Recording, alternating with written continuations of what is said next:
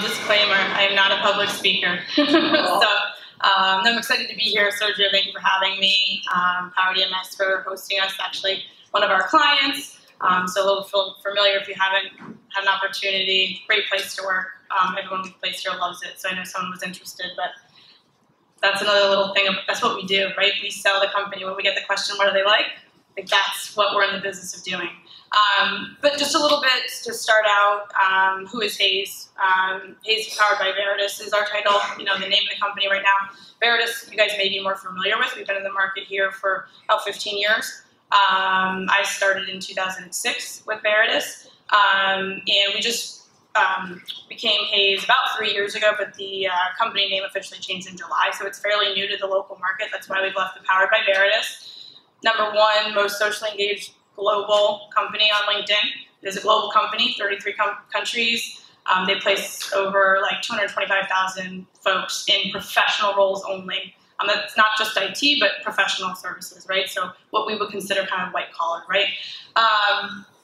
In the US market, we've got 12 offices, and our average is about 2,000 employees a year. That's both perm and contract, and we'll get into that. Sergio mentioned that earlier. So ultimately, a little bit about me. Like I said, I joined in 2006 with Veritas. I worked at Veritas for about 6.5 years. I was recruited by a recruiter to go to another staffing firm, so I have experience from that aspect as well. It was a good experience in that particular instance. And I was gone for about 1.5 years, and then I joined back with Veritas as the manager of recruitment. We specialize in IT as Veritas, but when Hays purchased us, we do have a couple other specialisms now. So we do some construction and property, finance and accounting, but I would say probably 90% of our business is IT throughout the US right now. And that, we're growing now, which is really, really good. It's one of the things that's great about being purchased by a global company that has deep pockets, and it's really been fun. And I've sat in both the recruiting seat and the sales seat, right? So I work with clients directly myself, and then I've been managing a team for a little over 3 years now. I love to travel. I actually really am interested in IT. My dad was a developer back in the day, like COBOL, CICS. I feel like I shouldn't even say those words here, but and he's still working at 74. He hasn't retired yet, working remotely, doing his thing. So I think that's probably what got me interested. But you didn't know recruiters existed. I didn't know recruiters existed. Like no one grows up saying, I want to be a recruiter. It's kind of one of those industries where you kind of maybe fell into a sales job, had a friend in recruitment, and that's how I got recruited to work for Veritas. I had a friend who said, you should come work here. You hate your sales job. Join us. And, just really found it's a great job where it's probably the most rewarding sales position you can have because you're really helping people, and there's very few sales roles that are truly considered sales. And I just think it's a blast, working with folks in an industry that is consistently changing. Like every day I hear a new when React or when Drupal came out or when any of those things, you're like, who the heck names this stuff and what does this do? And then you get to talk to folks and ask questions. And so that's a little bit about me. So let's talk about recruiting. So I started putting this together and I was, really kind of laughing and then just like, gosh, we know that in the marketplace, developers are like, oh, recruiters, right? We know when we call you that's your gut reaction, right? When you hear the term recruiter, very rarely is it a positive thing, unless you've had some positive experiences, but more often you've heard a horror story. You may not have ever worked with a recruiter, and there's just this negative connotation to it. So I'm definitely at a disadvantage getting up here and chatting. You said brave earlier. I was like, well, I didn't really think about that. And I was like, yeah, it's kind of a little tough. But so I was curious. I did a quick Google search. Like you've got your laptops out, your phone. Do recruiters are? And let Google pre-fill what the answers would be. I'll give you a couple that came up on my computer. Lazy. Useless. And then the rest of it was scum. I was like, are we really scum? And that's my work computer. Like, I've never Googled any of these things. Are recruiters really scum? So that one hurt a little. And I got really curious, and I typed in developers are, so you guys might get a kick out of these too. The new rock stars. That was the top one, I think. Kings. And then the last one, which got me laughing as well, flocking to blockchain boot camps, which is the new it thing, if you will. But seriously, it is a common misconception, right? You aren't the only people sitting here that think those things. It's like everyone does, right? So I thought I'd spend a little bit of time, and again, thanks Sergio for kind of opening up the opportunity to talk about what we do, why do we do it, and really talk about some of the misconceptions and how you guys can choose a good recruiter, right? Because just like anything else, there's great people at what they do, and there's people that are terrible at what they do. I mean, that's just the nature of everything. So I tried to think about, to put it into your world, like, or developers' world, what is a staffing firm, right? So you guys have worked with outside vendors to do a project at some point in time, I'm assuming, or even reaching out to the folks on Slack and saying, hey, how do I do this? I mean, basically, the reasons that you would use an outside vendor to complete a project are the same reasons that a company would hire a staffing firm. They don't have the time, they don't have the resources, they don't have the skill. Hey, this project we're working on is requiring a certain technology, and we don't have anyone in-house that is an expert in that. So how do we get that done? And that's all a staffing firm is. We are somebody that can do that for a company, right? All we do is IT. You're working with an HR department in some instances that doesn't understand technology, or you've got a hiring manager that doesn't have the time to sort through 500 resumes and identify qualified or unqualified candidates. So those are really the main reasons. And even, I mean, honestly, you mentioned EA, which is a great example, a client of mine for years. Even companies that have internal recruiters use agencies because, the amount of hiring that they do, or the market reach that they need to hit, if they're, recruiting for non-local candidates or things like that, they just need more help. IT is a very specialized industry. You guys are all aware of that. And that's something that, you just can't pick up the phone and find an Angular guy. You can hear everyone's looking, or gal, everyone's looking for Angular. It's a hard thing to do. So that's basically why they hire us. And the other reason is because our services, you guys are going to laugh at this, but our services are free, right? Our services are free until we've identified a candidate that suits the needs, or, we find sometimes a candidate and we market them to a client and they find that to be valuable, right? So it doesn't cost them anything for the whole search portion. If we work on a role for 2 months and we don't find a candidate, none of that work necessarily, it doesn't mean anything from a standpoint. So that's the difference between, working with maybe a software vendor to complete a project for you, or outsource. Everything that we do is just on the hope and the whim that we'll find the right candidate for the job, right? So you do have to be talented in that aspect. Ultimately, and I have my notes, I'm trying not to ramble because I have a bad habit of doing that, but, it really, staffing, so you guys have an understanding, is a $150 billion industry in the U.S. alone, right? That's not just IT, but, I mean, that's just, it's huge. So our clients find us valuable, right? I don't think they don't have the same opinions of recruiters necessarily as some developers or just IT professionals in general. And, I was thinking about, well, why is that, right? Why is it that developers or infrastructure folks or the functional project managers and business analysts, why did they have those misconceptions? Or why don't they think that? It's because of the misconceptions. And you brought up a couple of great ones. So I have a list of probably like 8 or 9. I think you touched on 2 or 3 of them already. So I'll kind of discuss those. But really, as we talk through these were kind of my pick for what I think, are the most common ones. You guys are going to have different ones, right? So we're going to take a break when I'm kind of done going through these, and I'd love to discuss any of them. I've probably heard maybe 90 or 95% of them, because I talk with folks every day, and I hear horror stories. Molly back there, I know she hears horror stories of, well, I don't work with staffing firms. Well, why is that? Well, I had this experience, and you're like, gosh, someone else put a bad name out there for us. I hear horror stories about developers too, right? Well, the guy that was here before didn't document anything, and now I've got to, but it's the same. It's good and bad. So misconception number 1, you touched on this one, so you already had more knowledge than a lot of folks. They only recruit for contract roles, right? Not true. 30% probably for us, and it's different staffing firm to staffing firm. So 30% of the roles that we recruit for are permanent. And you mentioned 2 types. So, and this, I will say this because this drives me crazy. A lot of folks use the term full-time for permanent, but full-time just means 40 hours a week, right? So we distinct, and it's really no big deal, but it's just one of those little, a recruiter twinge. Full-time, contract is full-time if you're working 40 hours a week. So permanent contract, but then also contract to hire. So that's the one thing that you didn't mention. And I do think it's important to mention what the difference is. And I think it's really changed in the marketplace over the last, I mean, I've been in the industry for more than 10 years.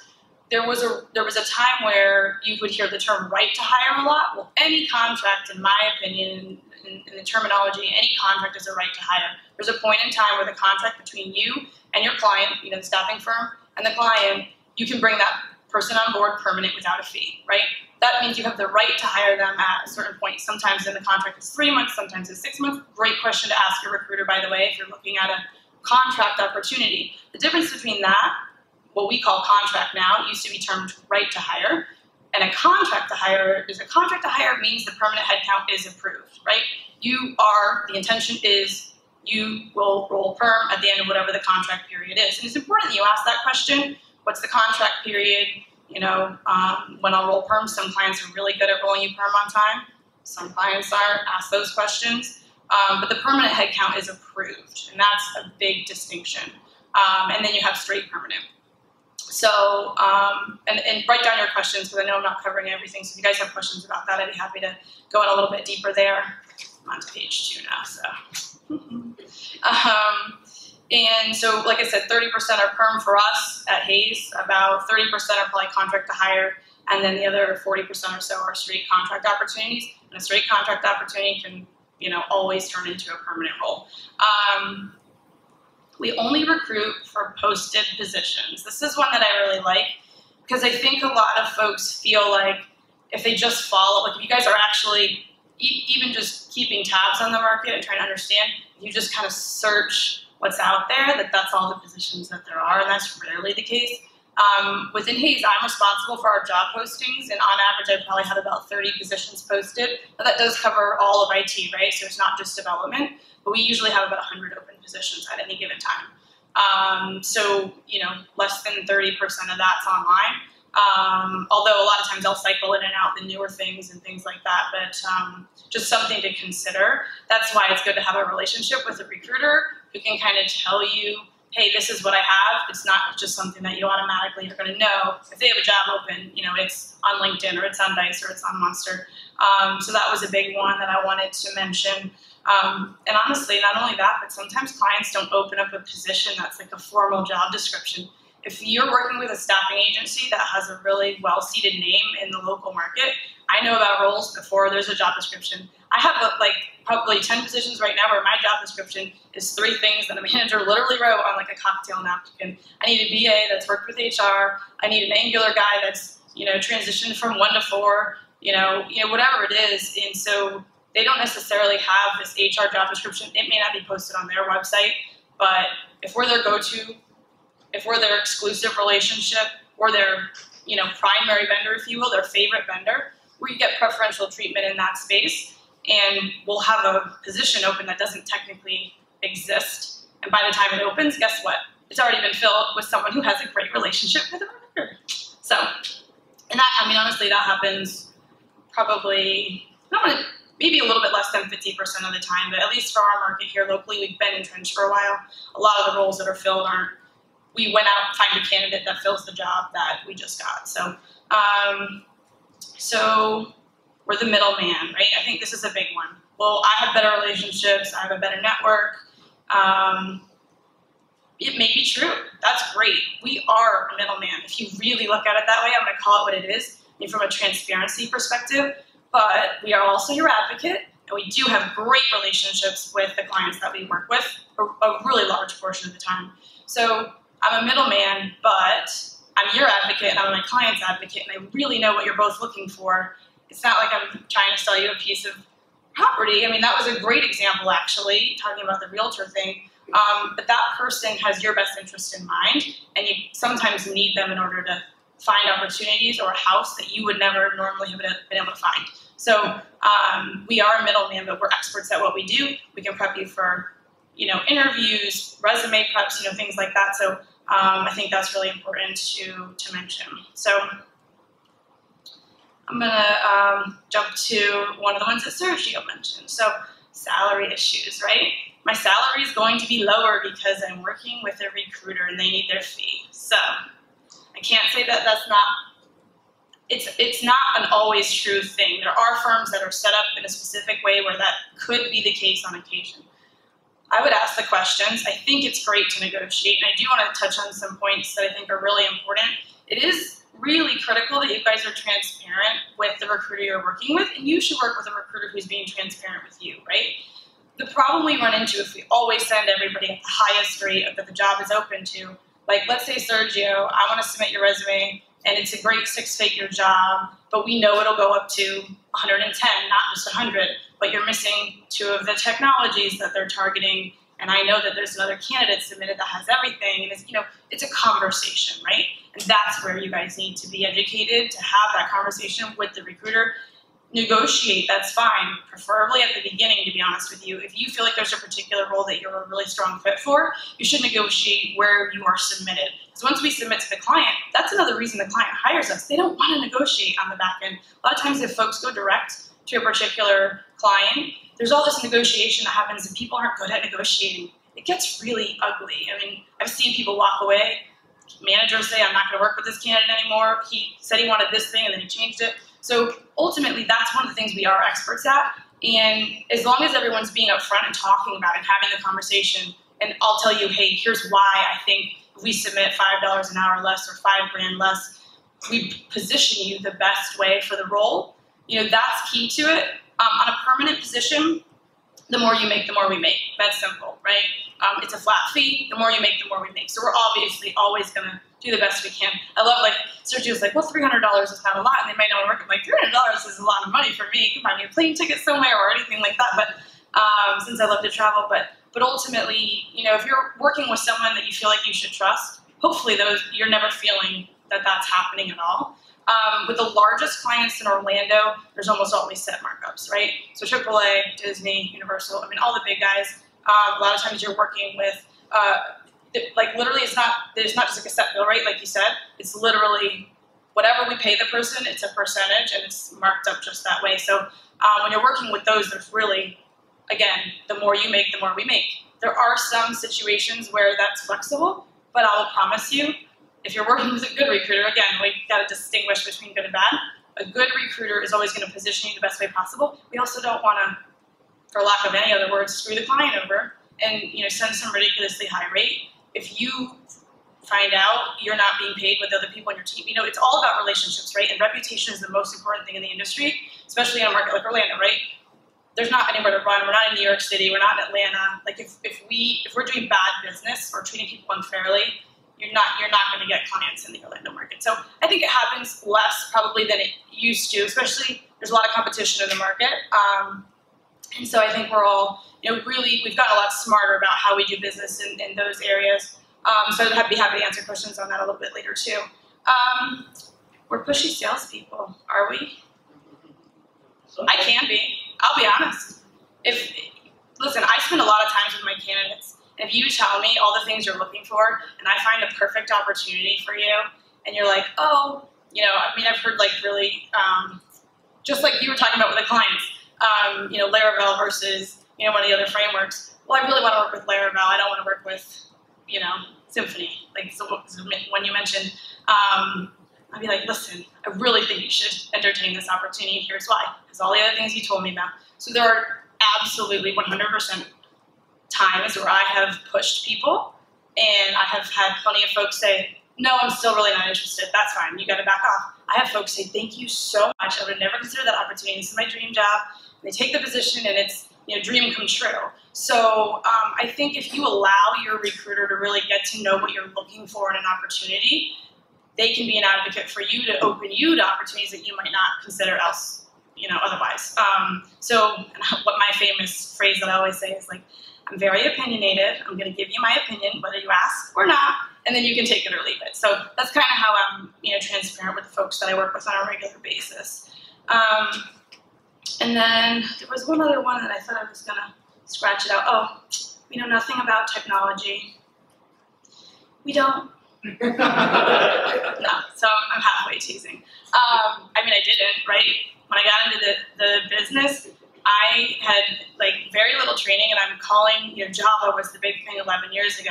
I'm calling Java candidates. I'm like, I'm pretty sure Java's a cup of coffee. That's the only thing I can think of. And ultimately, I think it's one of those things where if you're working with a recruiter who is interested, truly interested, like I'm just super curious about anything, right? I want to ask questions. That's why I like to travel so much. I want to just learn things. So if there's new technology that's out, I want to hear about it. And I love when people are passionate about what they do. And that's one thing that, like, I'm passionate about what I do, because working with developers, like, you guys are super passionate and you get very excited. And so, I mean, if I've never recruited for a Drupal job before, I'm going to call a Drupal guy. And this is like a really specific example I keep coming back to. It was like the only guy that did Drupal in Orlando. You guys might know him, Ryan Price, back then. And I found him on Google, like back end way through some sort of resume thing. And I called him and I'm like, hey, I'm not trying to recruit you, but I'm trying to learn about Drupal because I know nothing about it and I need your help. And so I ultimately placed him, and he brought Drupal into a whole organization. But, I mean, it really wasn't my goal. My goal, I need to learn about Drupal, right? Because I'm recruiting for a client who's never used it, and they need someone to implement it, and I don't know what it is. So if you're working with someone who's super curious, or that just you should feel like they care about you. I mean, just like any other service provider that you're going to work with, you know. And then the other thing, so this is the opposite of that, they aren't responsible for your job search. Like, that's a big one that I think, depending on the market, like, so you've got two types of candidates, you know, active candidates who are like not working and need a job, and then folks who are kind of like, I'm good, I'm working, I'm not super thrilled, but I definitely would entertain opportunities. I prefer working with the entertain opportunities folks just because, you know, it's more rewarding. You can find the right fit versus what we call a button seat. But ultimately, working with folks to help them land something so that they can pay their bills is also very rewarding. But I can't promise a position, right? So if you find two firms to work with that are great, you need to work with two firms. And we're talking about your livelihood, and you can't put someone's livelihood at stake. So when you're not working, if someone's like, don't work with anyone else, I mean, that's not someone I would work with. It's just, you need to make it needs to make business sense. You know, you were saying earlier, it's a business. It is a business. Your livelihood is a business too. So, but if you call me 5 or 6 or 7 or 8 or 9 times in a day because you really need a job, like, I'm also trying to help other people find jobs. And so I think that's another misconception too, is that maybe we've ghosted or we've, you know, gone missing in action. Candidates do that too, by the way. And, you know, a lot of times it's because, I mean, at any given time, I might be working with 50 or 60 people on, you know, 30 different opportunities or whatever it might be. And it's not just development, it's across the board, infrastructure and, you know, all the other ins and outs. So, and what I kind of want to leave it with is what to look for when you guys work with a firm. I like to keep it really, really simple. They should be easy to work with, not difficult. I mean, I know you don't always want to have the conversations and spend 10 minutes on the phone, but ultimately, like, you should like talking with them, feel like they have your interest, you know, they're easy to work with, they're market experts, they can tell you what's going on in the marketplace, ask questions. You guys deserve answers for stuff like that. Who's hiring? What's the hot skill set? You may already know the answers, but if your recruiter doesn't, that might be tough. And then they're super transparent. So if you ask a question about negotiating salary with a particular client, I have some clients who, once they make an offer, there's no negotiation. If you try, like, that's it, the offer's gone. But I have other clients that are super open to negotiation. So you ask those questions and make sure they're giving you honest answers. And then, of course, they have a track record of delivering. I mean, that wasn't my 3, but I mean, they've got to be able to have results. So pretty much the one thing I'll close with, so this is another Google search. You guys should all try these, they're kind of fun. Why do recruiters like, right? And that's where I think we're gonna take another quick break and come back and talk about that and kind of do a question and answer session. But the results were ghost, ask current salary. We have a lie, just flat out lie, and then ask for social security number, which, you know, those are some things that we can jump into.